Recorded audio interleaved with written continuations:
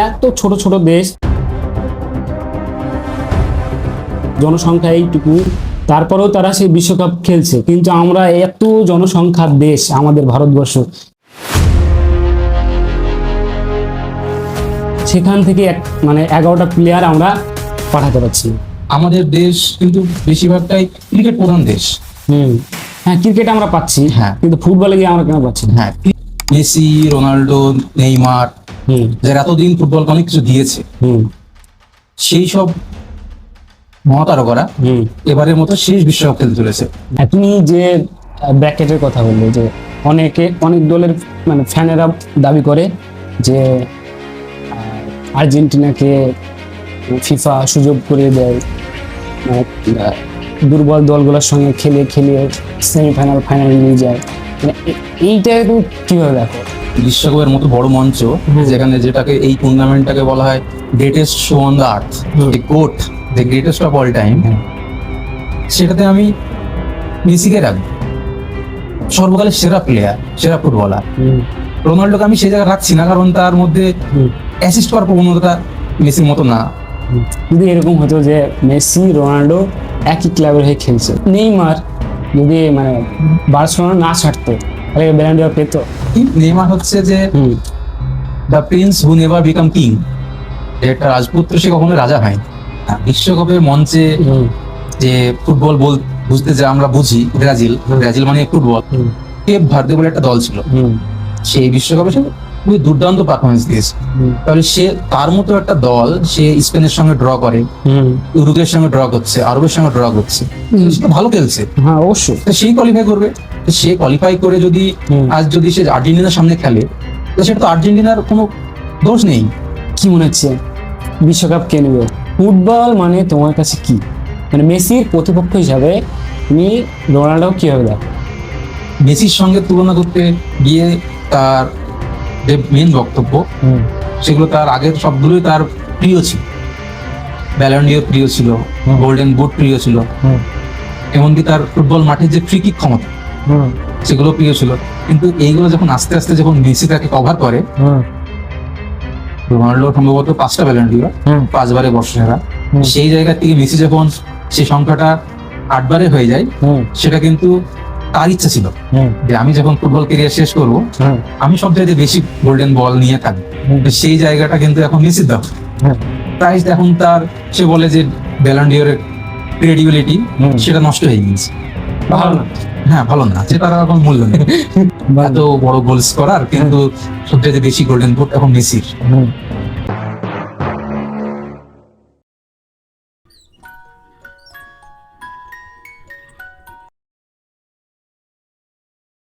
তাহলে আপনাদের স্বাগতম, আমি হেকমত। আজ কথা বলবো ফুটবল বিশ্বকাপ নিয়ে। তো প্রথমে যেটা আমি বলছি যে আগেও অনেক বিশ্বকাপ হয়েছে, এবার বিশ্বকাপ হচ্ছে, মানে এবারকার উত্তেজনাটা যেন একটু আলাদা। মানে কি কারণে মনে হচ্ছে এটা? হ্যাঁ, ফুটবল বিশ্বকাপে সবসময় প্রতি বছরই 4 বছর পর পর যে বিশ্বকাপ, উন্মাদনা সবসময় শিখরে থাকে। কিন্তু এই বিশ্বকাপে উন্মাদনাটা আরো বেশি, কারণ ফুটবল আমরা দেখি আমাদের যে মুগ্ধ করে যে আইডল গুলো, বিশেষ করে মেসি, রোনাল্ডো, নেইমার, যারা এতদিন ফুটবলকে অনেক কিছু দিয়েছে, সেই সব মহাতারকারা এবারের মতো শেষ বিশ্বকাপ খেলতে চলেছে মনে হয়। এবার বয়স যদি তাদের বয়স যদি তাদের টেকসই করে, মেনটেন করে রাখতে পারে ফিটনেস, তাহলে সেটা পরে বিশ্বকাপ খেলতে পারে। কিন্তু সেটা খুবই একদমই না, হতে পারে না। তাই শেষ বিশ্বকাপের কথা মানে মাথায় রেখে এই বিশ্বকাপটার উন্মাদনা প্রচুর, যে কোন তাদের সাপোর্টাররা তাদের মহাতারকা শেষবারের মতো দেখবে, বিশ্বকাপ হাতে তুলবে, এই নিয়ে প্রত্যেকটা দল, বিশেষ করে ব্রাজিল, আর্জেন্টিনা, পর্তুগাল, আমরা বেলজিয়াম বলতে পারি, বেলজিয়ামেরও সেই গোল্ডেন জেনারেশনের পর কয়েকটা মহাতারকা এখনো তাদের দলে আছে, তাদেরও শেষ বিশ্বকাপ। মেক্সিকো যেমন গোলকিপার ওচোয়া ছিল, সেও তার 6ম বিশ্বকাপ সে খেলে শেষ করেছে। ম্যানুয়েল নয়্যার জার্মানির, সেও বিশ্বকাপ খেলে শেষ করেছে। এইসব মহাতারকাদের শেষবারের মতো দেখা বিশ্বকাপের মতো বড় মঞ্চে, সেজন্য উন্মাদনাটা একদম হাই। শেষ এই কারণে। হ্যাঁ, শেষবারের মতো আমাদের মহাতারাগুলোকে আমরা দেখতে পাবো। হুম। মেসি রোনাল্ডোর মতো মানে এই চলে যাবে এরা, শেষ এদের মানে শেষ খেলা। তো এই যে নতুন প্রজন্ম, এদের মধ্যে মানে এমন কেউ মনে হয় যে দেখে যে না ভবিষ্যতে মেসি বা রোনাল্ডো হবে, মানে একটা খেলোয়াড়কে দেখে এরকম মনে হয়? হ্যাঁ, মেসি রোনাল্ডো নামটার মানে ওয়েট যেটা বলি আমরা, হ্যাঁ। ওজন, ওটা প্রচুর বেশি। এবার একটা একটা প্রতিভা সেটা বড় হবেই, অবশ্যই বড় হবে, পরের প্রজন্ম সেটা বাড়বেই। হুম। কিন্তু মেসি রোনাল্ডোর হুম। মতো এরকম কথা বলা যায় না। নতুন প্রজন্ম আছে, হ্যাঁ। যেমন এমবাপ্পে তার এটা তার তৃতীয় বিশ্বকাপ খেলছে। ডিক্টেটর। মেসি রোনাল্ডোদের পরের প্রজন্ম তারাই, নেইমারের পরের যে প্রজন্ম, হুম। ভিনিসিয়াস জুনিয়র, হুম। আর্লিং হ্যালান্ড, হুম। কিলিয়ান এমবাপ্পে, এরাই তাদের পরের প্রজন্ম। এরা 2 বছর 3 বছর এখনো 2-3 বিশ্বকাপ খেলবে এরা। হুম। কিন্তু মেসি রোনাল্ডোর মতো যে 20 বছর ধরে, হুম। 24 বছর ধরে একটানা যে হুম। সার্ভিস দেওয়া ফুটবলকে, হুম। একইভাবে একই লেভেলে থাকার পরেও, হুম। এটা কিন্তু খুবই কঠিন। লামিন যেমন আছে স্পেনের, হুম। সেটা তার পরের জেনারেশন। হুম। এমবাপ্পের পরের জেনারেশন লামিন, হুম। তবে মাত্র 19 বছর বয়স, এখনো হয়নি 18 বছর বয়স। তাই মেসি রোনাল্ডোর শিখরে যাওয়া বা মেসি রোনাল্ডোর মতো নাম করা, সেটা একটু সময় বলবে। হুম। এখন সেই পর্যায়ে হ্যাঁ, পৌঁছাতে। প্রতিভা তাদের স্কিল তারা দেখাচ্ছে। আবার এমনও হতে পারে যে মেসি রোনাল্ডো চাইতেও বেটার প্লেয়ার তৈরি হতে পারে। হ্যাঁ, এটাও হতে পারে। বারবারই সেটা আমরা ইতিহাস যেটা দেখি আমরা, যে একটা জেনারেশন, একটা প্রজন্মের পরেও আমরা ভাবি যে এটাই শেষ, কিন্তু পরে সময়ের কালে কালে, সময়ের সঙ্গে সঙ্গে ঠিক পরের প্রজন্ম তার মতো ছাপ ফেলে বা তার চেয়ে বেশি ছাপ ফেলে। এবার মেসি রোনাল্ডোর মতো হতে পারে, তার চেয়েও বেটার হতে পারে। আমরা দেখছি যে এত ছোট ছোট দেশ, জনসংখ্যা এইটুকু, তারপরেও তারা সেই বিশ্বকাপ খেলছে। কিন্তু আমরা এত জনসংখ্যার দেশ আমাদের ভারতবর্ষ, সেখান থেকে মানে 11টা প্লেয়ার আমরা পাঠাতে পারছি না। এটা মানে কি মনে হয়, কি কারণগুলো কি কি হতে পারে? হ্যাঁ, এই প্রশ্নটা খুবই মানে বেদনাদায়ক বলতে পারি। কারণ বিশ্বকাপের মতো বড় মঞ্চ, যেখানে যেটাকে এই টুর্নামেন্টটাকে বলা হয় greatest show on the earth, এই এত বড় একটা মঞ্চে প্রত্যেক দেশে তারা ফুটবল দল পাঠিয়ে তারা প্রতিনিধিত্ব করছে। ভারতীয় মতো এত একটা শক্তিশালী দেশ হওয়ার পরেও ভারতের একটা দল সেখানে নেই, সে কথাটা ভেবে সত্যি খারাপ লাগছে। জনসংখ্যার নিরিখে বলতে ফুটবলটা আসলে জনসংখ্যা থাকলেও তো সেরকম কোনো ব্যাপার নেই। এমন ছোট ছোট দেশ আছে তাদের জনসংখ্যায় অনেকে বলে জিনেই নেই আমাদের। না, জিন আমাদের প্রথম থেকে ওটা শুরু হয়। প্রথম থেকে যখন আমরা মানে খেলতে পছন্দ করি, বা আমরা যখন ছোটবেলায় যখন খেলাই, তখন ফুটবল খেলাই, ক্রিকেট খেলাই, এবার তাদের মধ্যে কি হয়, পারদর্শিতা তারা থাকেই, স্কিল ছোট থেকে তাদের থাকে। এবার ভারতের মতো দেশে ফুটবলটা কালচারটা কেমন, সে কালচারটা কিন্তু বহিরাগত যে ইউরোপ মহাদেশের যে আমেরিকার যে কালচার, সেই মতো না। আমাদের দেশ কিন্তু বেশিরভাগটাই ক্রিকেট প্রধান দেশ। হ্যাঁ, ক্রিকেট আমরা পাচ্ছি, হ্যাঁ, কিন্তু ফুটবলে গিয়ে আমরা কেন পাচ্ছি না? হ্যাঁ, ক্রিকেট, হ্যাঁ, আমাদের দেশের ক্রিকেটের যে পরিকাঠামোটা আছে, সেটা সেটা অর্থ তো অবশ্যই প্রয়োজন। এবং আমাদের দেশের যে সবচাইতে ব্যয়বহুল যে টুর্নামেন্ট ইন্ডিয়ান প্রিমিয়ার লিগ, সেটা কিন্তু খুবই ব্যয়বহুল। 10টি দল অংশগ্রহণ করে, সেখানে অনেক টাকার খেলা, প্রত্যেকটা দল সেখানে অংশগ্রহণ করে। সেই মতো কিন্তু ফুটবলের কোনো টুর্নামেন্ট নেই ভারতীয়। একটা ছিল আই লিগ, সেখানে আমাদের যে প্রধান দল যেটা বলতে পারি, আমাদের ইস্ট বেঙ্গল, মোহনবাগান, মোহামেডান, এগুলো এই দলগুলো পার্টিসিপেট করত। এবার বহিরাগত মহাদেশের যে লিগ ফুটবলের, যেটা মানে মেন স্তর যেটা বলি আমরা ক্লাব ফুটবল, সেই ক্লাব ফুটবলের মতোই কিন্তু ভারতে আমরা খেলতাম, দলগুলো পার্টিসিপেট করতো, কিন্তু ওই তাদের মধ্যে আই লিগে খেলছে। এবার সেই লিগের মতো করার চেষ্টায় ইন্ডিয়ান সুপার লিগ যেটা করা হয়েছিল, সেখানে কিন্তু একটা প্রচেষ্টা ছিল যে বহিরাগত মার্কি প্লেয়ার হিসাবে যে ইউরোপ থেকে যে দলগুলো আসা, প্লেয়ার গুলো আসা, তারা খেলবে, ভারতীয়দের সঙ্গে মিশবে, তাদের সঙ্গে খেলবে। কিন্তু সেটা 1-2 বছর পরে সেরকম আর হয়নি।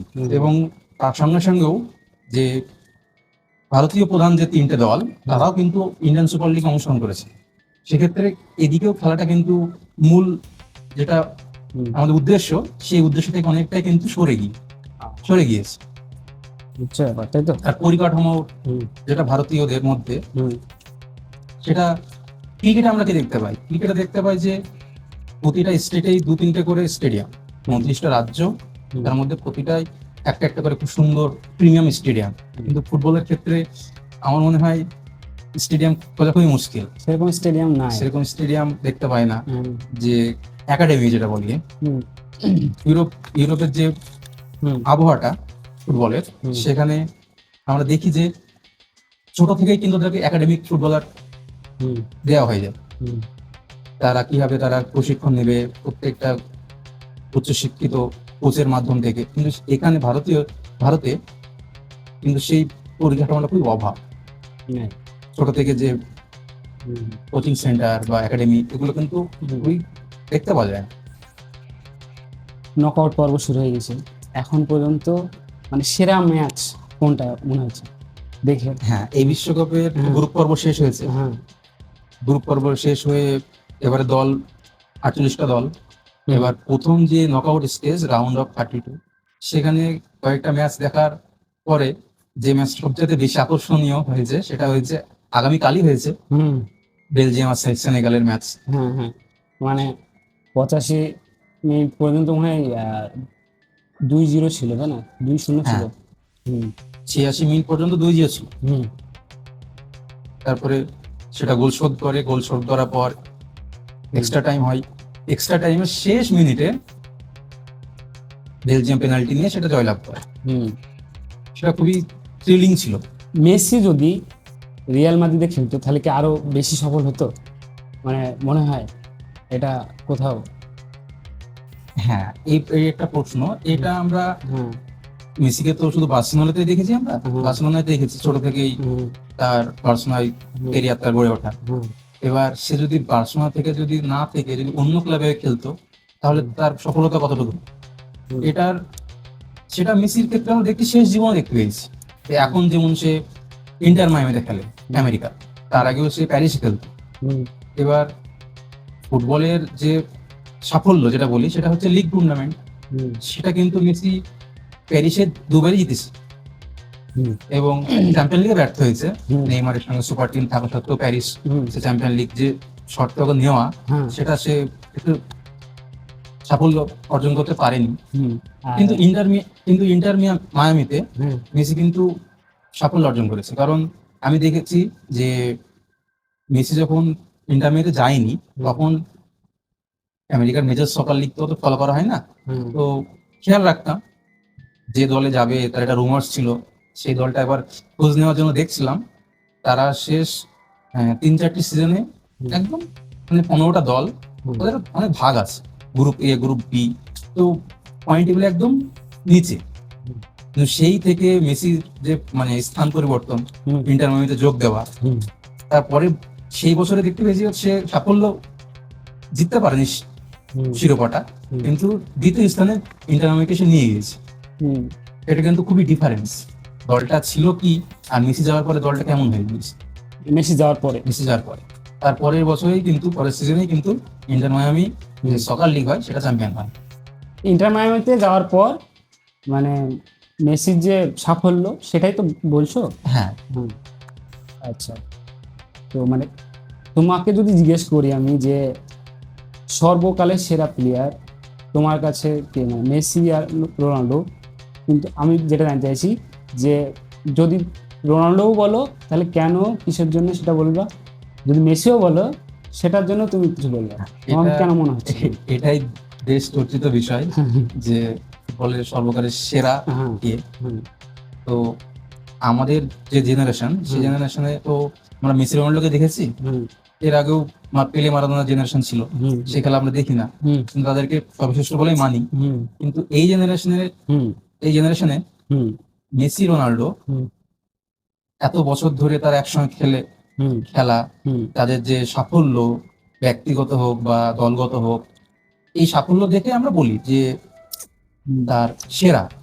এবার মেসি আর রোনাল্ডোর ক্ষেত্রে আমার মনে হয় আমার পার্সোনাল ওপিনিয়ন, হ্যাঁ আমি মেসিকে এগিয়ে রাখবো। হ্যাঁ তার কারণ হুম আমি রোনাল্ডোকে ডিসরেসপেক্ট করছি না, হুম মানে অসম্মান করছি না। রোনাল্ডো তার নিজের দিক থেকে সে অনেক কিছু অর্জন করেছে। হুম ক্লাব ফুটবলে তার সবকিছুই তার তার কাছে সবকিছু তার জেতা। হুম মানে ব্যক্তিগত সাফল্য, ব্যালন ডি'র সে জিতেছে 5 বার, দেশের হয়েও সাফল্য পেয়েছে, ইউরো কাপ। হুম কিন্তু আমার মতে মেসির মেসির কাহিনীটা একটু আলাদা। ফুটবলে আমরা সর্বকালের সেরা কখন বলবো? হুম তার পরিসংখ্যান দিয়ে, তার পরিসংখ্যান স্ট্যাটস যেটা বলি, হুম গোল সংখ্যা, অ্যাসিস্ট সংখ্যা, হুম ট্রফি সংখ্যা, হুম এর বাইরেও তো ফুটবল থাকে। হুম সেটা ক্ষেত্রেও মেসি এগিয়ে। হুম। এখনো পর্যন্ত দলগত সাফল্য যেটা বলি, হুম মেসি আমার একজন প্লেয়ার, হুম তার সবচাইতে বেশি ট্রফি অর্জন আছে ক্লাব আর দেশের ক্ষেত্রে। হুম আমার ভুল না হলেও এখন পর্যন্ত মনে হয় সেটা হুম। সংখ্যাটা 49। হুম রোনাল্ডোর আছে 36 কি 37 এরকম। হুম তো আমার মনে আমি আমার মতে হুম ফুটবলের পরিসংখ্যান ছাড়াও কিন্তু যে জিনিসগুলো আছে সেগুলোকে ভেবে আমি মেসিকে এগিয়ে রাখবো। কারণ মেসি যে তার ড্রিবলিং কিন্তু কখনোই সেই অর্থে কিন্তু স্ট্যাটসে কিন্তু যোগ করা হয় না। প্রি অ্যাসিস্ট মানে গোল করার আগেরটা যেটা প্রি অ্যাসিস্ট বলি, হুম সেটা কিন্তু স্ট্যাটস যোগ হয় না। বা প্লে মেকিং যেটা বলি, হুম মানে অ্যাসিস্ট করে অ্যাসিস্ট করে এই জিনিসগুলো, বা মাঠের মধ্যে যে কোনো একটা মিনিটে একটা ম্যাজিক, হুম 2-3 জনকে বল কাটিয়ে নেওয়া হুম বা ড্রিবল করে এগিয়ে যাওয়া, হুম এগুলো কিন্তু স্ট্যাটস যোগ হয় না। হুম কিন্তু এইগুলো আমরা বারবারই দেখেছি।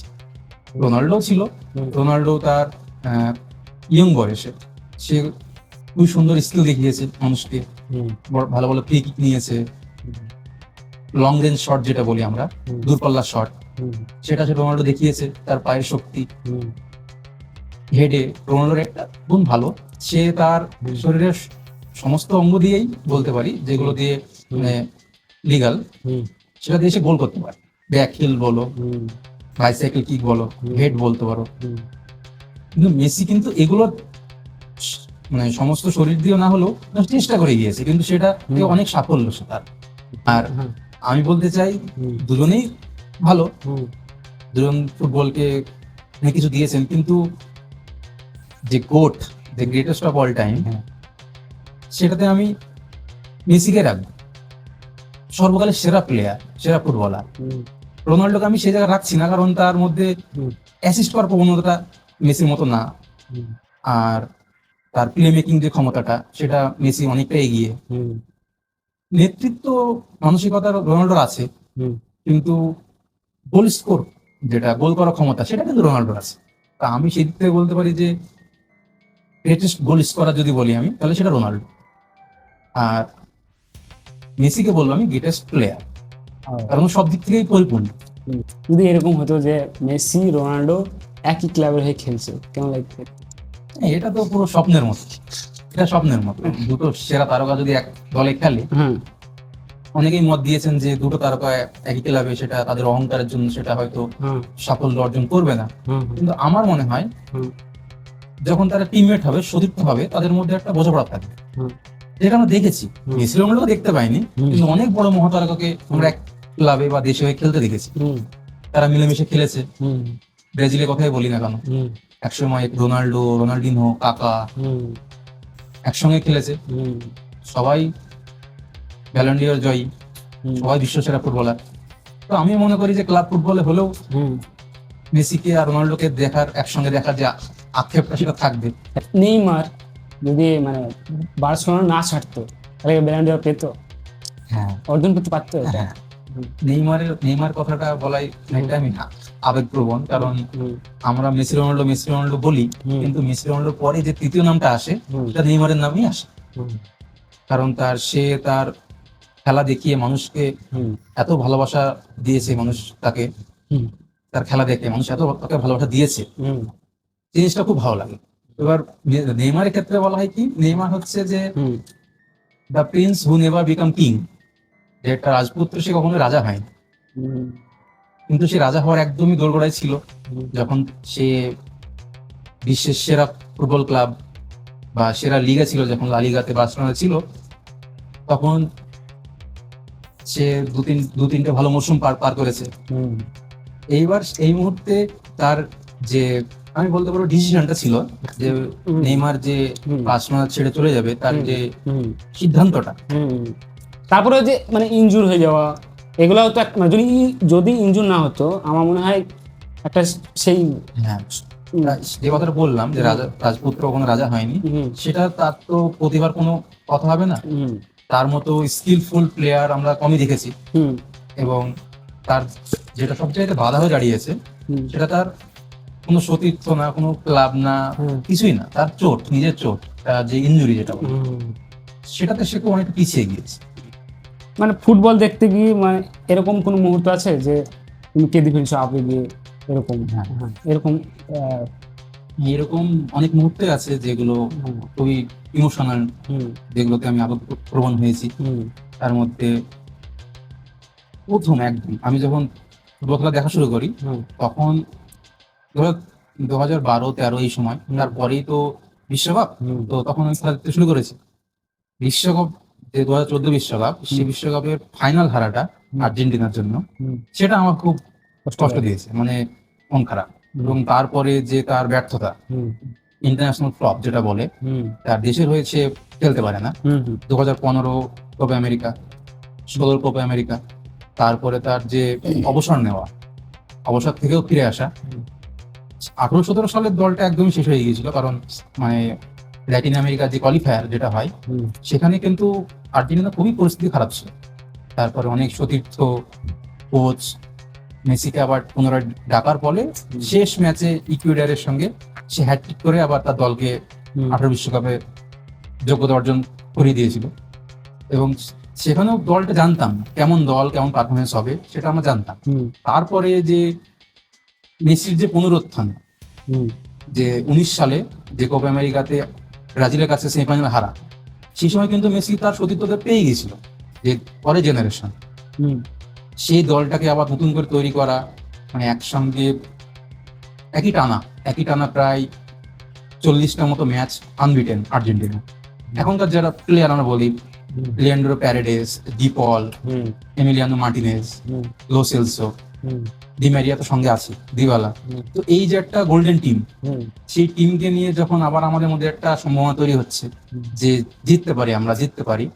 তো 21 সালে যে কোপা আমেরিকা ফাইনাল, অবশ্যই চির প্রতিদ্বন্দ্বী ব্রাজিল, তো সেই ম্যাচে যে শেষ পর্যন্ত আমরা জয়লাভ করি ডি মারিয়ার গোলে, সেই যে মুহূর্তটা, সেই মুহূর্তটা কান্না পেয়েছে। তার যে স্ট্রাগল দেশের খেলাতে, সেই স্ট্রাগলটা পার করে সে যখন তার দেশের প্রথম ট্রফির স্বাদটা পেল, তখন খুব আবেগপ্রবণ হয়েছিলাম। আরো আছে ফুটবলের মুহূর্ত, সেগুলো এনজয় করেছি, কান্না করেছি। কান্না কেন করবো? একজনকে ভালোবাসি, একটা দলকে ভালোবাসি, একটা ফুটবলারকে ভালোবাসি বলেই তো তার জন্য কাঁদতে ইচ্ছে করবে। তো সেই কান্নাটা আমার মনে হয় খুবই ভালো কান্না, মনে শান্তি আসে। যদি এরকম হয় ব্রাজিল আর্জেন্টিনা ফাইনালে হবে না অবশ্য, যদি হয় এরকম। হ্যাঁ, এই বিশ্বকাপের তো যা রাস্তা দেখছি নকআউট, সেখানে তো ব্রাজিল আর্জেন্টিনা একই ব্র্যাকেটেই আছে। তো তাদের মুখোমুখি হতে পারে, যদি আর্জেন্টিনা সব ম্যাচ জেতে বা ব্রাজিল সব ম্যাচ জেতে, তাহলে ওদের রাস্তাটা সেমিফাইনালে শেষ। কিন্তু যদি ফাইনালে আমরা পরে বিশ্বকাপ বা পরের সময় যদি দেখতে পাই, কোপার ফাইনালে বা বিশ্বকাপ ফাইনালে দেখতে পাই, কোপার ফাইনালে দেখতে পাবো, বিশ্বকাপ ফাইনালে যদি দেখতে পাই, তাহলে সেটা খুবই সুন্দর মুহূর্ত হবে। যে ব্রাজিল আর্জেন্টিনা মতো দুটো দল, মানে ফুটবলের যে সাফল্যের শিখর বিশ্বকাপ ফাইনাল, সেখানে তাদেরকে দেখতে পেয়ে খুবই ভালো হবে। এবার প্রেডিকশন বা ম্যাচের ফলাফল যদি বলতে যাই, তাহলে এখন তো এই পরিস্থিতিতে ব্রাজিলের যে টিম, নেইমারের বয়স 34 বছর, তার যে শরীরের যে ওজন তার অনেক অনেক বেড়ে গিয়েছে, এবং তার বয়স হয়ে যাবে অনেক বিশ্বকাপের পরে, বিশ্বকাপে এটা লাস্ট। তাহলে এই বিশ্বকাপে আমরা দেখতে পাচ্ছি না। দল হিসেবে যদি বলি, তাহলে এই মুহূর্তে আর্জেন্টিনা দলটা একটু শক্তিশালী, কারণ তারা যে তাদের জেনারেশন যেটা তৈরি হয়ে গেছে, তারা এখনো পর্যন্ত পরে বিশ্বকাপ তারা ভালো করে খেলতে পারবে। মেসি চলে যাওয়ার পরেও দিবালা বিশ্বকাপে তার নাম হয়নি, দিবালা খেলবে, রড্রিগো, ডি পল, অ্যালভারেজ, মার্টিনেজ, এই যে স্ট্রাইকার, ব্রাজিলেরও আছে ভিনিসিয়াস, এন্ড্রিক বলে একটা ছেলে আছে, সে তার বয়স কম, সে তার পিক টাইমে থাকবে তখন পরে বিশ্বকাপের সময়। রাফিনহা, কুনহা, পাকুয়েতা, এগুলো আছে মিডফিল্ডে, ঠিক আছে।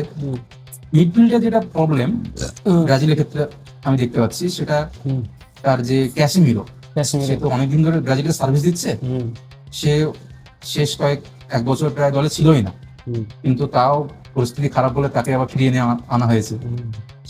এবার পরে বিশ্বকাপে সে থাকবে না। এই যে যে শূন্যতাগুলো, এগুলো যারা কে পূরণ করবে, এইটা ব্রাজিল মানে ব্রাজিলের জন্য সেটা একটু চিন্তার বিষয়। কিন্তু সেই দিক থেকে আর্জেন্টিনা মিডফিল্ডে যদি আমি বলি, ম্যাক আলিস্টার, এনজো ফার্নান্ডেজ, তারা কিন্তু তৈরি, পরে বিশ্বকাপে তারা পিক টাইমে থাকবে। এবার সেই টক্করে কিন্তু আর্জেন্টিনাকে আমি এগিয়ে যাচ্ছি।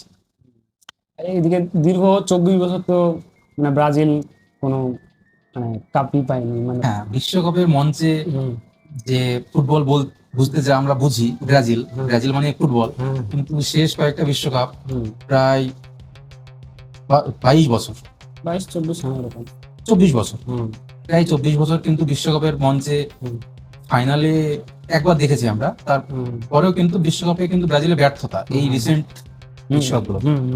এটার কারণ বলা যেতে পারে তাদের ব্রাজিল যেটাকে ফোটায়, যে একক দক্ষতায় যে খেলাটা, যেটা বলি আমরা সৌন্দর্য, ফুটবলের সৌন্দর্য, তারা খেলতে ভালোবাসে। হ্যাঁ, তুমি যে ব্র্যাকেটের কথা বললে, যে অনেক দলের মানে ফ্যানেরা দাবি করে যে আর্জেন্টিনাকে ফিফা সুযোগ করে দেয়, মানে দুর্বল দলগুলোর সঙ্গে খেলিয়ে সেমিফাইনাল ফাইনাল নিয়ে যায়। মানে এইটা তুমি কিভাবে দেখো? হ্যাঁ, এবার ফুটবলের তো দল থাকে, প্রিয় খেলোয়াড় থাকে, তাদের মানে ভক্ত থাকে। এবার এটা দেখেছি আমি, ভক্তদের মধ্যে বেশিরভাগটাই মানে একজনের ভক্ত বা এক দলের ভক্ত অন্য দলকে বলছে যে সহজ পথ, ফিফা সাহায্য করেছে। এটা আমি বেশি দেখেছি আর্জেন্টিনার ক্ষেত্রে, কারণ সাফল্য তো আর্জেন্টিনায় কয়েক বছরে বেশ সাফল্য পেয়েছে। এটা ক্ষেত্রে আগে আমরা কি দেখতাম, যে মেসি তার ক্লাবে সে সেরা, কিন্তু দেশের হয়ে সে খেলতে পারে না, সেরা খেলাটা খেলতে পারে না, তখন তাকে বলা হতো যে ইন্টারন্যাশনাল ফ্লপ বলা হতো। কিন্তু মেসি কিন্তু অনেক চেষ্টা করেছে। তুমি দেখবা যে 14-15 সালে 16 সালের যে আর্জেন্টিনা, সেখানে কিন্তু অত মহাতারকা নেই, যে দলের যে এত শক্তি সেটাও নেই। মেসি, দি মারিয়া, এগুয়েরো, এই 3-4জনই, ম্যাসচেরানো, ওটামেন্ডি, এই কয়েকজনই কিন্তু দলকে নিয়ে গিয়েছে। সেখান থেকেও দলকে ফাইনালে নিয়ে যাওয়া পরপর 3টে টুর্নামেন্টে, সেটা বড় কথা, সেটাকে তারা ফ্লপ বলেছে। তারপরে যে 2022 বিশ্বকাপ, সেই বিশ্বকাপে তো এখনো ডিবেট হয় যে সেটা রিগড, যেটা মানে ফিফা তাকে আর্জেন্টিনাকে সাহায্য করেছে, এটা বলে ফ্যানরা বলে। কিন্তু আমি বলতে চাই যে মেসি তো অবশ্যই সে 21 কোপা জেতার পরে, ফিনালেসিমা জেতার পরে সে ভালো দল নিয়েই সে নেমেছিল। আমাদের মধ্যেও একটা আশ্বাস ছিল শেষবারের মতো বিশ্বকাপ খেলবে, তার দলকে সে শিরোপা জয়লাভ করাবে। কিন্তু প্রথম ম্যাচ যখন হয় বা টুর্নামেন্ট শুরুর আগে যখন তারা কথা বলে, আর্জেন্টিনাকে ছোট করে, পারবে না, তাদের দল শক্তিশালী না, ফ্রান্স শক্তিশালী, পর্তুগাল শক্তিশালী। কিন্তু যখন প্রথম ম্যাচে যখন আরবের সঙ্গে হার হয়, তখন পর্যন্ত কিন্তু তারা কটূক্তি করে গিয়েছে যে মেসি কোথায়, মেসি তো নেই, মেসিকে তো দেখা যাচ্ছে না।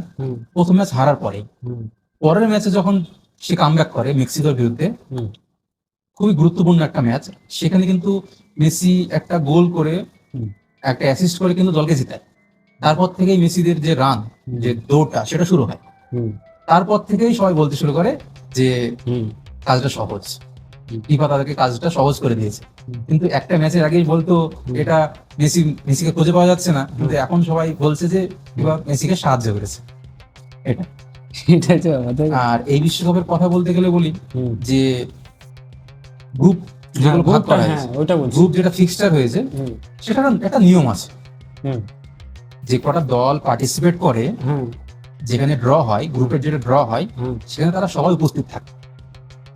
এবার সেখানে একটা নিয়ম আছে যে হোস্ট টিম, যে তিনটে দুটো হোস্ট টিম, তারা কিন্তু থাকবে টুর্নামেন্ট।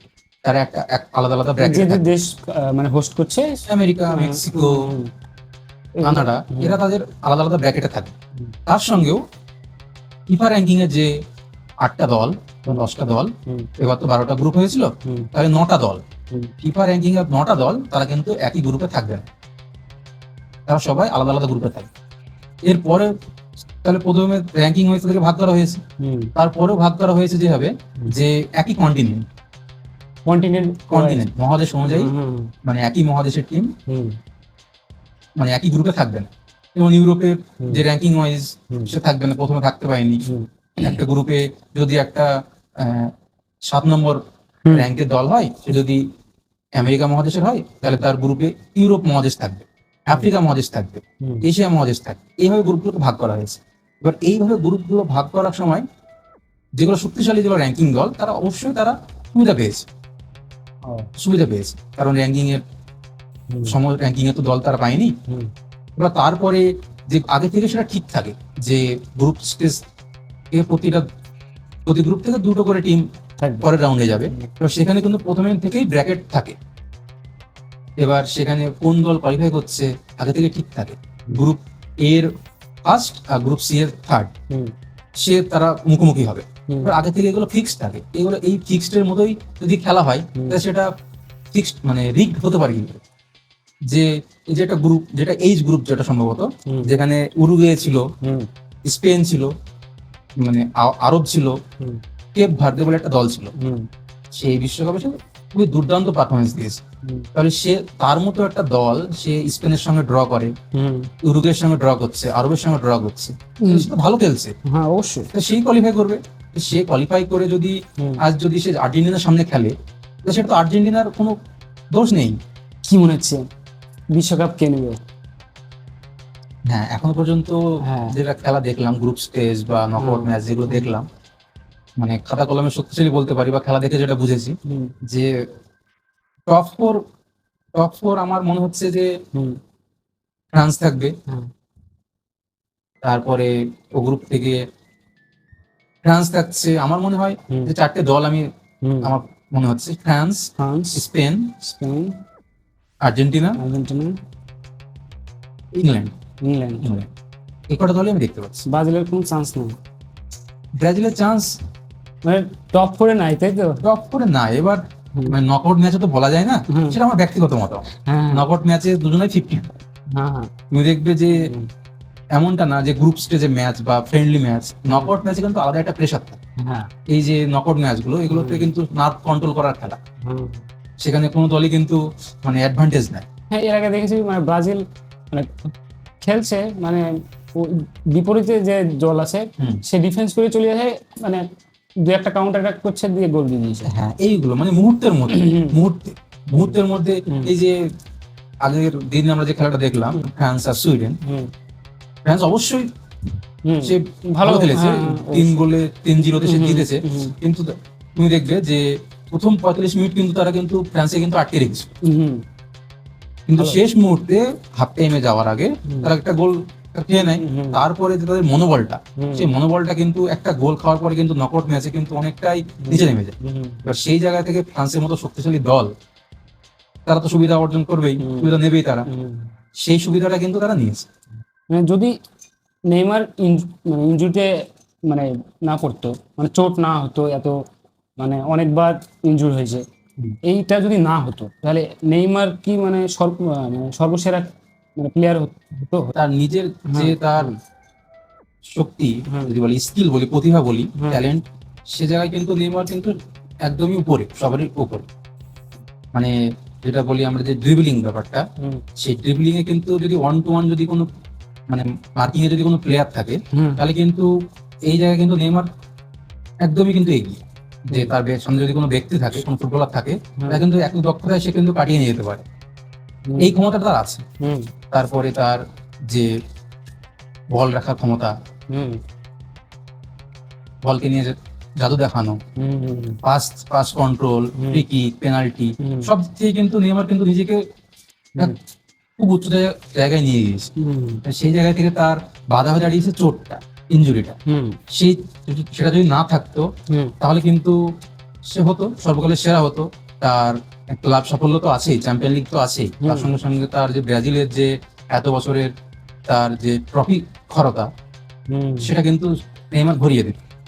কারণ নেইমার কিন্তু প্রথমেই যখন খুব ইয়ং ছিল তখন কিন্তু কনফেডারেশন কাপ যেটা হয়, যেটা আমরা বলি যে কন্টিনেন্ট ওয়াইজ খেলা, যে ইউরোপের কয়েকটা দেশ, আফ্রিকার কয়েকটা দেশ, এশিয়ার কয়েকটা দেশ আর আমেরিকা কয়েকটা দেশ, ল্যাটিন আমেরিকা, সেই দলগুলোকে নিয়ে একটা ছোট্ট করে একটা কনফেডারেশন কাপ হতো। সেই দলে কিন্তু 2013 সাল, সেখানে কিন্তু নেইমার কিন্তু ব্রাজিলের দলে ছিল। তার যে খেলা সেখানে সে দেখিয়েছে, তার যে ছোটবেলার যে 21-22 বছরের যে প্রতিভা সেটা কিন্তু দেখিয়েছে। সেই অল্প বয়সে কিন্তু নেইমার কিন্তু ব্রাজিলকে চ্যাম্পিয়ন করিয়েছে শক্তিশালী স্পেনের বিরুদ্ধে। স্পেন কিন্তু সেই সময়ে 2010 সাল বিশ্বকাপ, 8 সাল ইউরো, 12 সাল ইউরো, পরপর 3টে চ্যাম্পিয়ন। সেই দলকে কিন্তু ব্রাজিলই হারিয়েছে। সেই দলকে কিন্তু নেইমার কিন্তু জিততে ব্রাজিল খুবই বড় ভূমিকা পালন করেছিল ব্রাজিলের জেতা, ফাইনালে গোলও করেছিল। কিন্তু তারপরে যে দেখেছি আমাদের ব্রাজিলের যে তাপক্ষরতা, সেটা কিন্তু সে অনেকটাই ভরিয়ে দিতে পারত। তার যে চোটের জন্য যদি চোটটা যদি তার না থাকতো, বা যদি কত বেশিক্ষণ যদি না থাকতো, এখানে তার কেরিয়ারের নেইমারের কেরিয়ারের অনেক সময়টাই এখানেই নষ্ট হয়েছে। অনেক দিন সে মাঠে ফেরেনি। রাজপুত্রকে মাঠ খালি, রাজপুত্র ছোঁয়া মাঠ, ফুটবল মাঠ অনেকদিন পাইনি। এই জায়গাটাই ফুটবলের শূন্যতা। মেসির একটা বিশ্বকাপ অর্জন করেছে, যদি এরপরেও যদি না খেলতো, তারপরে তো এই বিশ্বকাপ খেলছে,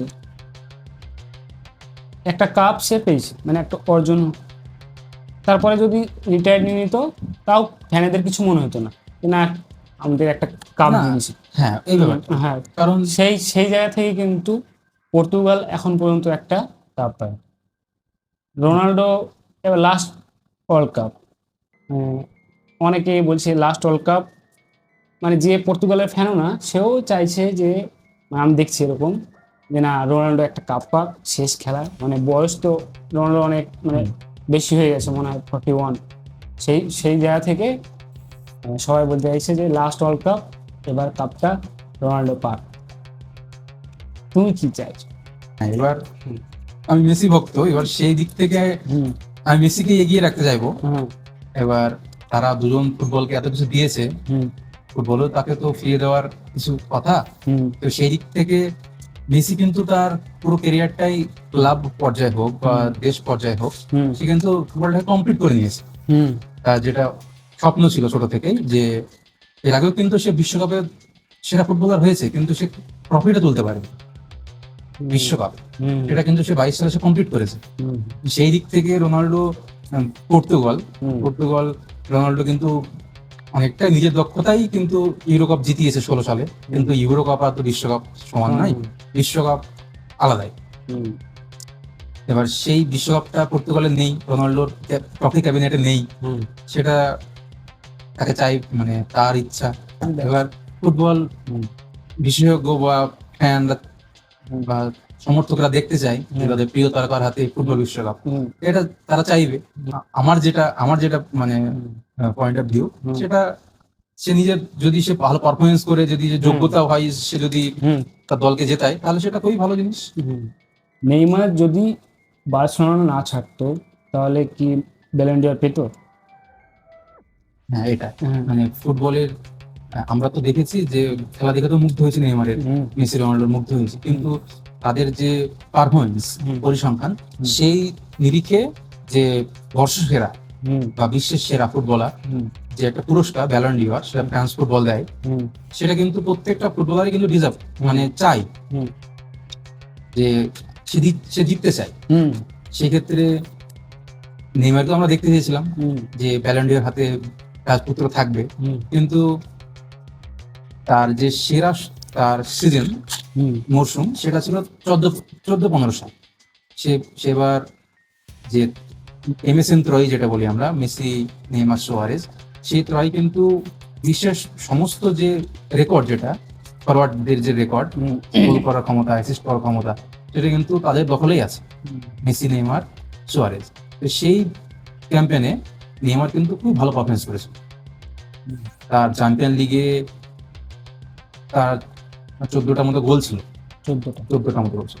মেসিরও 14টা গোল ছিল, কিন্তু আরো তো পারফরমেন্স দেখা হয় চ্যাম্পিয়ন লিগ বাদে লা লিগা, কোপা দেল রে, যে ঘরোয়া যে টুর্নামেন্ট গুলো হয় মানে অঞ্চল ভিত্তিক, সেই টুর্নামেন্টে কিন্তু মেসির প্রভাবটা বেশি ছিল। সেই কারণে কিন্তু মেসি সেবার ব্যালন ড'র জেতে, কিন্তু সেকেন্ড পজিশনে নেইমারই ছিল। আচ্ছা, অনেকের মতে সেটা মানে বিচারিত হতে পারে, কিন্তু তারপরে কিন্তু মৌসুমে কিন্তু নেইমার যদি থাকতো বার্সেলোনায়, তাহলে কিন্তু বার্সেলোনা ছাড়ার আগেও কিন্তু মেসি তাকে আশ্বাস দিয়েছিল যে মেসি নেইমার খুব ক্লোজ ফ্রেন্ড। তারা বলেছিল যে মেসি বলেছিল যে তুমি থাকো বার্সেলোনায়, তুমি থাকো, আমি তোমাকে ব্যালন ড'র জিততে সাহায্য করবো। কিন্তু তার মনের মধ্যে হয়তো প্রশ্ন ছিল, বা তার হয়তো ভাবিয়েছে তাকে যে ছায়া থেকে বেরিয়ে আসা। কিন্তু এটা আমরা আগে দেখেছি, মেসিকে রোনাল্ডিনহো অনেক সাহায্য করেছে বেড়ে উঠতে। তো মেসিও সেটা চেয়েছিল যে নেইমারকে সাহায্য করে এগিয়ে দেবে, কিন্তু সে থাকেনি, না থাকার, এবং তারপরে সে প্যারিস যায়। প্যারিসে গিয়েও কিন্তু সে তার প্যারিসের যে নেতৃত্ব বিভাগটা কিন্তু নেইমারই দেখেছে। গিয়ে সে প্যারিসকে, যে তার চ্যাম্পিয়ন লিগের যে ফাইনালে ওঠা প্যারিস, নেইমার কিন্তু তুলেছিল, কিন্তু তার শিরোপা সেবার পায়নি, এইটুকুই। এবার চ্যাম্পিয়ন লিগের এই ব্যালন ডি'রের ক্ষেত্রে জেতার ক্ষেত্রে চ্যাম্পিয়ন লিগটা খুব ভূমিকা খুব বেশি। যে যদি চ্যাম্পিয়ন লিগ তো ইউরোপের সমস্ত দেশের প্রধান প্রধান টিম দলগুলো খেলে, তো সেখান থেকে যে শিরোপা জয়, সেই মানে অর্জনটা কিন্তু ব্যালন ডি জিততে অনেকটাই সাহায্য করে। তাই সেই একদম ধার কাছে গিয়েও কিন্তু তার ফাইনালে হার, এবং তার সেই থেকে তার ব্যালন ডি জেতা তার হয়নি। এটাই কিন্তু আমি চেয়েছিলাম যে তার একটা ব্যালন ডি সে তার হাতে দেখতে চেয়েছিলাম, সেটা হয়নি। আর এখন তার পরিস্থিতি, সেটা তো সে তো এখন এমন লিগে খেলছে, তার শৈশব ক্লাবে সে ফিরে গিয়েছে, সেটা তো ইউরোপ কন্টিনেন্ট না। আর দেখা যাক এবার বিশ্বকাপ কেমন হয়, ভালো পারফরমেন্স যদি হয়। এই মরশুমে তো তার যে হাঁটুর যে ইনজুরিটা ছিল, সেটা থেকে তো সে মাঠে থাকতেই পায়নি। এবার সেই পরিসংখ্যানে তার কিছুই নেই, গোল অ্যাসিস্ট কয়েকটা আছে। ওটা বলতে হবে। হ্যাঁ, মেসি মানে মেসি শব্দটা শুনি মানে কি আছে? ভালোবাসা। Ronaldo legend, Neymar Prince. মানে পেনাল্টি শুট আউট যদি হয়, কোন প্লেয়ারকে বেশি নেব? পেনাল্টির ক্ষেত্রে মেসি, রোনাল্ডো, নেইমারের মধ্যে আমি নেইমারকে বেশি নেব। কারণ আমি দেখেছি, মানে আমরা পরিসংখ্যান দেখেছি সব জায়গাতে বেশি পেনাল্টি গোল রোনাল্ডো, তাহলে রোনাল্ডোকে নেওয়া উচিত। কিন্তু মেসিও বেশ পেনাল্টি মারে, পেনাল্টিতে ভালো গোল করতে পারে, মেসি নামটা নেওয়া উচিত। কিন্তু তারা কি করে, মানে যেগুলো মোক্ষম সময়, সেই মুহূর্তে কিন্তু তারা খুব নার্ভাস হয়ে যায়, পেনাল্টি গুলো মিস হয়। কিন্তু আমি নেইমারের ক্ষেত্রে দেখেছি সেই তার যে শান্ত যে কামনেসটা, সেটা আমি নেইমারের মধ্যে দেখতে পাই। তো আমি যদি পেনাল্টি নিতে চাই, পেনাল্টি যদি আমি ঠিক নিতে বলি, তাহলে আমি নেইমারকেই দেবো। যদি এরকম হয়তো যে সময়ে ফিরে দিতে পারত, তাহলে মানে এমন কোন ম্যাচ আছে যেটা দেখতে চাইতা? আমি তো বার্সেলোনা ভক্ত। এবার এমনিতেই বার্সেলোনার যে ফুটবল গ্রাউন্ডটা ক্যাম্প নু, সেটা কিন্তু এমনিতেই গোটা পৃথিবীর মধ্যে একটা সৌন্দর্যতম স্টেডিয়াম।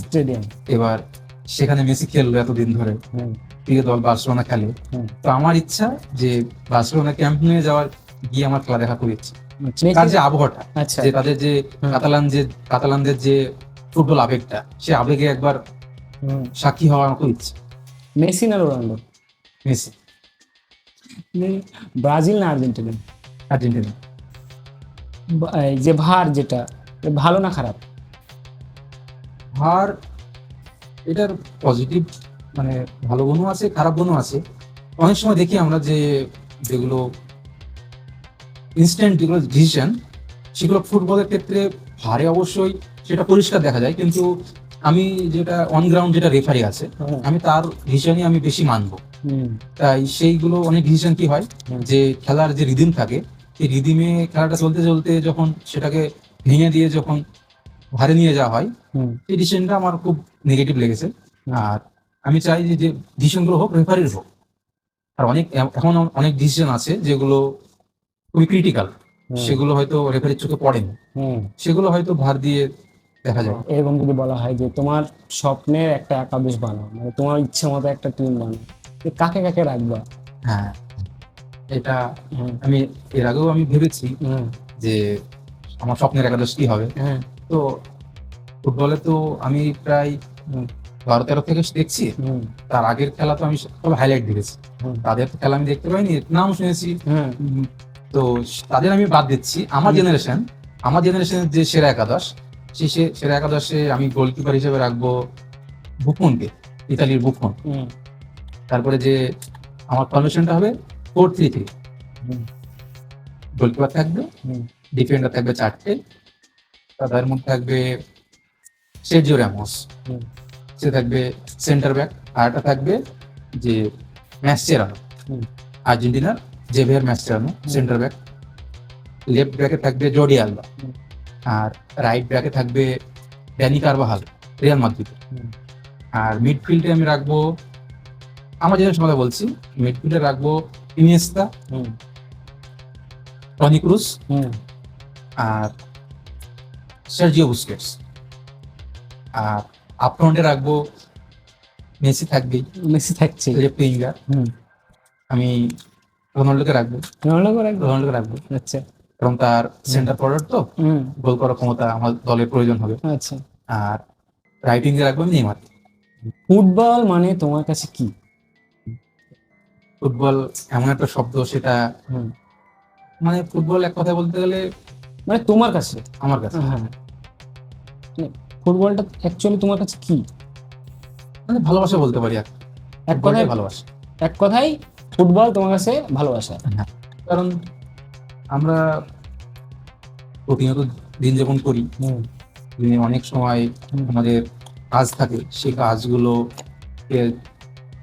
থাকে, বন্ধু বান্ধব থাকে, নিজের পার্সোনাল কিছু ব্যক্তিগত কিছু কাজ, পড়াশোনা, সবকিছু পার করেও যে বিনোদনটা, সেটা আমরা গান শুনে পাই, সিনেমা দেখে পাই। তো আমার ক্ষেত্রে আমার খেলা একটু বেশি পছন্দ। আমি ক্রিকেটও দেখি, কিন্তু ফুটবলটা আমার দেখতে বেশি ভালো লাগে। আর ফুটবলটা দেখতে বেশি ভালো লাগে কারণে যে রাত যে সারাদিনের যে ক্লান্তি, সারাদিনের যে মানে ব্যস্ততা, সেই ছেড়ে যখন রাতে আমি যখন থাকি আমার জায়গায়, তখন আমি ফুটবল দেখি। যে ইউরোপের যে লিগ গুলো হয় ক্লাব ফুটবল, সেটা বেশিরভাগটাই আমাদের ভারতীয় টাইম 12:30, 1টা, 2টো এই টাইম। তো যখন রাতে যখন থাকি, তখন সেই জিনিসটা খুব আমাকে সাহায্য করে, আমার যে বিনোদনটাকে সে পুষিয়ে দেয়। এবং তার মধ্যে আমি দেখতে পাই প্রেমটা দেখতে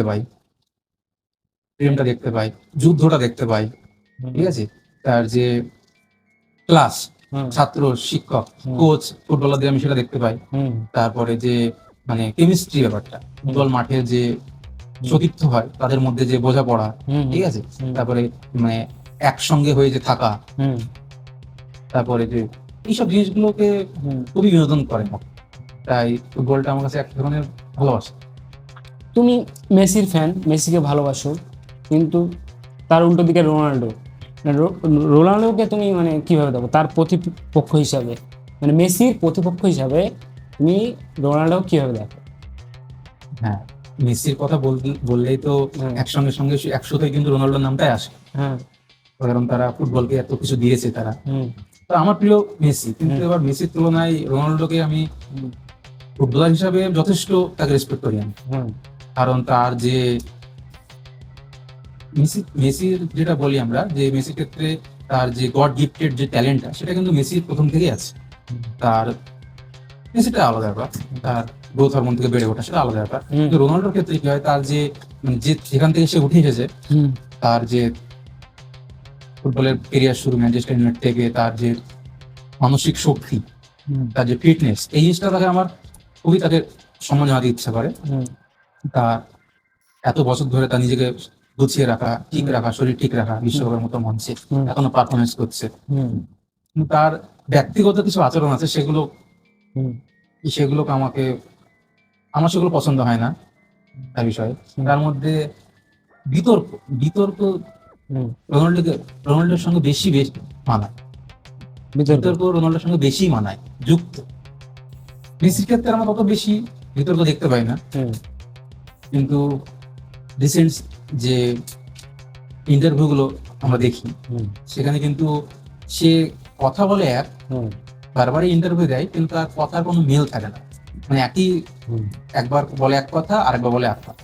এই যে একইভাবে যে কথাগুলো বলে, সেগুলো অর্থ দুই রকম হয়ে যায়।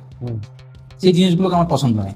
মানে দুই রকম হয়ে যায় বলতে কিরকম? হ্যাঁ, সে পিয়ার্স মর্গানকে ইন্টারভিউ বলছে যে ৬-৭টা ম্যাচের একটা টুর্নামেন্ট, সেটা আমার গ্রেটনেসকে বোঝায় না, ডেফিনেশন দেয় না। ঠিকই আছে, ও যা খেলেছে, তার যে 1000-এর বেশি ম্যাচ, গোল সংখ্যা, তার যে গ্রেটনেস সেটা তো কেউ প্রশ্ন করে না। কিন্তু তার যে সাফল্য, দেশীয় সাফল্য, সেটা তো বিশ্বকাপ প্রয়োজন। এবার সে এখানে বলতে চাইছে যে বিশ্বকাপ আমার ড্রিম না। আবার একটা ইন্টারভিউতে আমি দেখি যে সে বলছে যে বিশ্বকাপটা আমার স্বপ্ন, ড্রিম। এই যে দুই রকমের কথাবার্তা, সেটা পছন্দ না। আর হচ্ছে না এটা। মেসির সঙ্গে তুলনা করতে গিয়ে তার যে মেন বক্তব্য, সেগুলো তার আগের সবগুলোই তার প্রিয় ছিল। ব্যালন ডিওর প্রিয় ছিল, গোল্ডেন বুট প্রিয় ছিল, এমনকি তার ফুটবল মাঠে যে ফ্রি কিক ক্ষমতা, সেগুলো প্রিয় ছিল। কিন্তু এইগুলো যখন আস্তে আস্তে যখন মেসি তাকে কভার করে, রোনাল্ডো সম্ভবত 5টা ব্যালন ডিও, 5 বারে বর্ষসেরা, সেই জায়গা থেকে মেসি যখন সেই সংখ্যাটা 8 বারে হয়ে যায়, সেটা কিন্তু তার ইচ্ছা ছিল যে আমি যখন ফুটবল ক্যারিয়ার শেষ করব, আমি সব জায়গায় বেশি গোল্ডেন বল নিয়ে থাকবো। সেই জায়গাটা কিন্তু এখন মেসির দাও। তাই এখন সে বলে যে ব্যালন ডিওরের ক্রেডিবিলিটি সেটা নষ্ট হয়ে গেছে। ভালো না, হ্যাঁ ভালো না, সে তার এখন মূল্য নেই। আবার বলে যে গোল্ডেন বুট, তার সংখ্যাটা যখন 4 ছিল, তখন মেসি 3 ছিল, সেটা বাড়িয়ে মেসি 6 নিয়ে গিয়েছে। সেটাও এখন নাকি এত বড় গোল স্কোরার, কিন্তু সবচেয়ে বেশি গোল্ডেন বুট এখন মেসির। তারপরে যে তার অনেক যে কথাবার্তা আছে, সে বলে এক আর করে এক, তার যে মাঠে যে ব্যবহার। আর বেশি খারাপ লাগে মেসির কি হয়, মেসির ক্ষেত্রে যেটা হয়, সে তার সতীর্থদের খুব ভালোবাসে, বন্ধু ভাবে, মানে যেটা স্বার্থপর না। কিন্তু আমি অনেক ক্ষেত্রে দেখেছি, হ্যাঁ হতেই পারে যে ম্যাচের মধ্যে কোনোদিন তার মাইন্ডটা তার নষ্ট হয়ে গেছে, তার যে ফোকাসটা নষ্ট হয়ে গেছে, সে তার ফ্রেন্ডের সঙ্গে কথাবার্তা খারাপ ভাবে বলেছে প্রতিত্বদের, কিন্তু এটা খুবই কম দেখেছি। কিন্তু রোনাল্ডোর ক্ষেত্রে এটা বেশিরভাগই দেখতে পাওয়া যায়। সে খুব মানে সেলফিশ টাইপের আমার মনে হয়। সে সতীর্থদের সঙ্গে মানে পাস বাড়ানো, এই ব্যাপারগুলো আমি দেখতে পেয়েছি রোনাল্ডোর মধ্যে, যে সেলফিশ টাইপের আমি মনে করি। আজকের আলোচনা এই পর্যন্তই। তোমাকে অনেক অনেক ধন্যবাদ।